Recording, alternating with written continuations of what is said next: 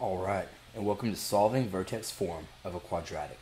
Now, if you do not watch, I would say at least the first four examples that I'm going to do, you're probably going to be very lost because there's some difficult things that happen here that aren't immediately clear within the first and second example, I believe. Okay, so that out of the way, let's kind of start out with a very easy version of this problem. It says, find the solutions to the quadratic function below. So here we have f of x equals parentheses x minus 4 squared. To find solutions to a quadratic, there's a very simple rule. You always set the function equal to 0. Whenever we're finding the solutions, we're really finding the x-intercepts, or something that we call the zeros. All three of these words mean the same thing: solutions, x-intercept, zeros. But where do you find the x-intercepts? Well, you find the x-intercepts on the x-axis. Look at all these orange little points that I put. What is the y value of each one of these points? Well, anywhere on the x-axis, y is always equal to 0. So in order to find where this graph crosses the x-axis, we're always going to set f of x, or y, equal to 0. So that should kind of make a lot of sense there. Okay, so let's see what this looks like in practice. Okay, so we set f of x to 0, and now we have x minus 4 squared. And I'm going to give you a really helpful trick here. In order to get rid of a square, you want to take the square root. So I would write this up at the top of your paper. Square roots and squares are opposites. And what do we know that opposites do in algebra? Well, they cancel. But if I take the square root of the right side, I also have to take the square root of the left side. And this is really an easy example because the square root of 0 is simply 0. Okay, so now that I know the square root of 0 is 0, this leaves me with x minus 4, because remember, my square got canceled away. How in the world do you get rid of a minus 4? Well, you have to do plus 4 and plus 4.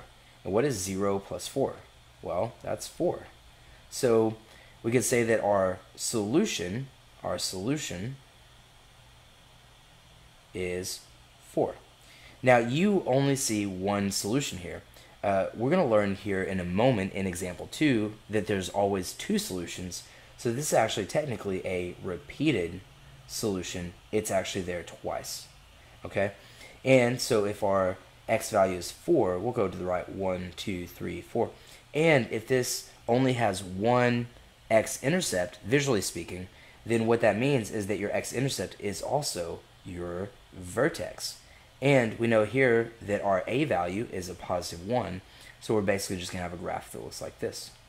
Our vertex is a minimum, it's our one x-intercept, or our one solution, and this graph opens up. Okay, let's go ahead and look at a second example where you're really going to see what's really going on with these functions.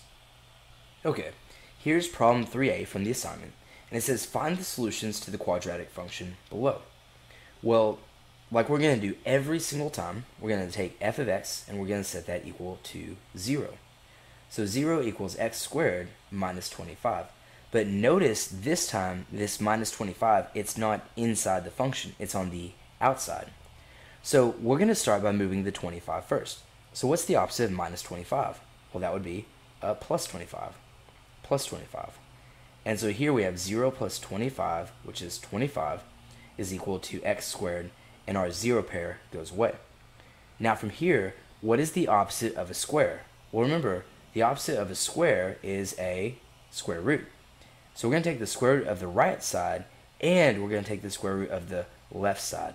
And when I do that, my square roots and my square cancel, but here's the tricky thing.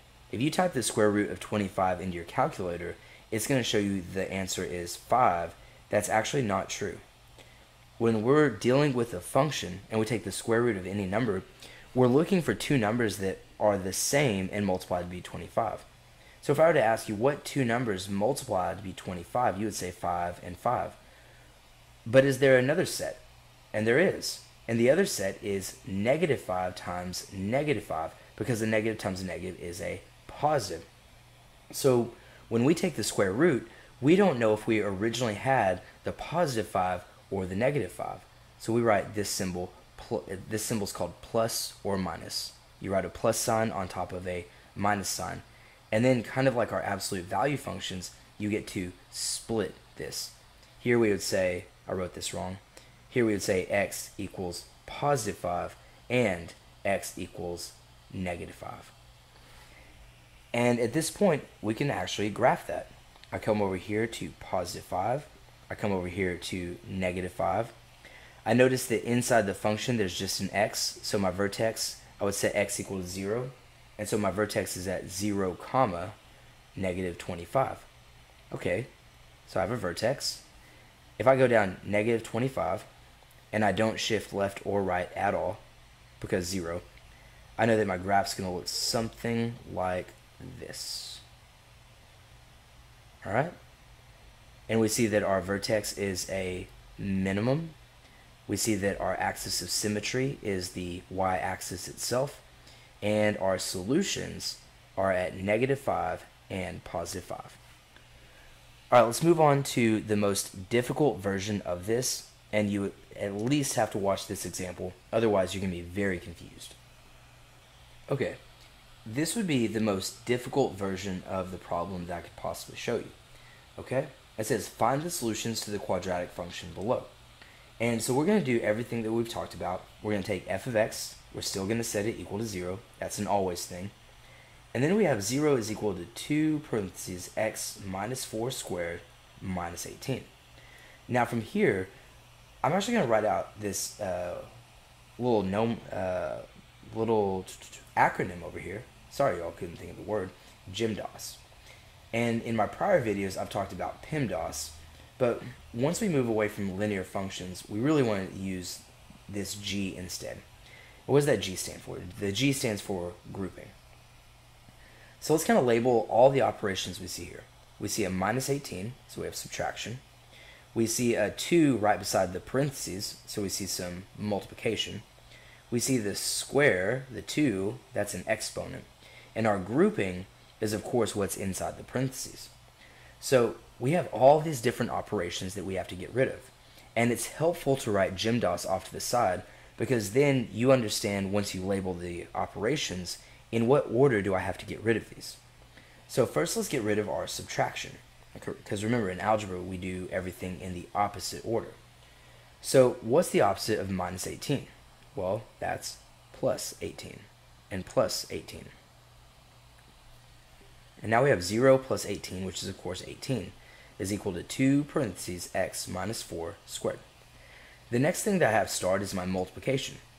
What gets rid of multiplication? Well, that would be division. So we'll divide both sides by 2. Now I have 18 divided by 2, which is 9, is equal to parentheses x minus 4 squared. And next I ask myself, well, how do I get rid of the exponent? How do I get rid of the square? And of course I do that by taking the square root. And I know from my previous example that the square root of 9 is plus or minus 3 is equal to that x minus 4.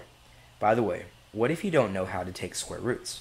Well, what you can use is you can go to any online calculator, or you can go to your TI Inspire and you can push the yellow control button and then the x squared button, and you'll see above the x squared button there's the little square root symbol. And that's how you put a square root into the calculator. Okay, just don't forget the plus or minus. Now at this point, I get to split this up into two equations where x minus 4 is equal to positive 3 and x minus 4 is equal to negative 3. And in order to get x by itself, I'm going to have to add 4 and add 4. So I get x is equal to 7. And I'll have to add 4 and get x is equal to 1. So let's go and graph these two solutions or x-intercepts. There's 1 at positive 1. Here's 1 at 7. And then where in the world would we put our vertex? Well, let's see, inside the function we have that x minus 4. If I set that equal to 0, and I add 4 to both sides, the x value of our vertex is actually at positive 4 and negative 18. So I put my vertex, and I want to make my graph go through all three of those key points. Our two solutions and our vertex, which is a minimum. And remember, our axis of symmetry is the line that cuts the graph in half at x equals 4. Okay, I'm going to go and do actually a previous example. I think it looks weird, and I think if you don't watch it, you're going to struggle. But at least now you've seen 3 examples that should give you a pretty good idea of what to do.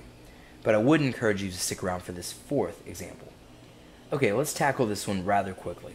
We know we want to set our f of x equal to 0. And now we have 0 equals negative 6x squared plus 54. And you're simply asking yourself, what should I get rid of first? The multiplication, the addition, or the exponent? And of course, we always get rid of addition or subtraction first. So let's do minus 54, minus 54. And 0 minus 54 is negative 54, is equal to negative 6x squared. Now here, how do I get rid of the negative 6? Well, I divide both sides by negative 6, and negative 54 divided by negative 6 is actually positive 9, which is equal to x squared. Now from here, how do I get rid of a square? Well, I take the square root of both sides, and if you'll recall, the square root of 9 will give me plus or minus 3 is equal to x. So in this case, I don't even really have to do anything.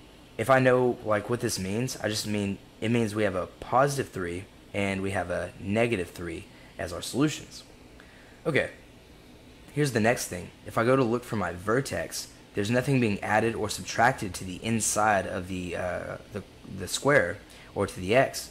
So x is equal to 0. So my vertex is at 0, comma 54. So that's weird. It's not going to move left or right, but it will go up to a height of 54. And now I know that this graph is going to open down and go through those values. It'll look something like that. Now in this case, our vertex is actually a maximum, and you can see our 2 solutions. And once again, kind of like a problem number 2 it was, our y-axis is actually the axis of symmetry. Alright, this should be enough to really help you on this page, and if you need any more help, you can check the exemplars posted around the room, and I'll catch y'all in our next video.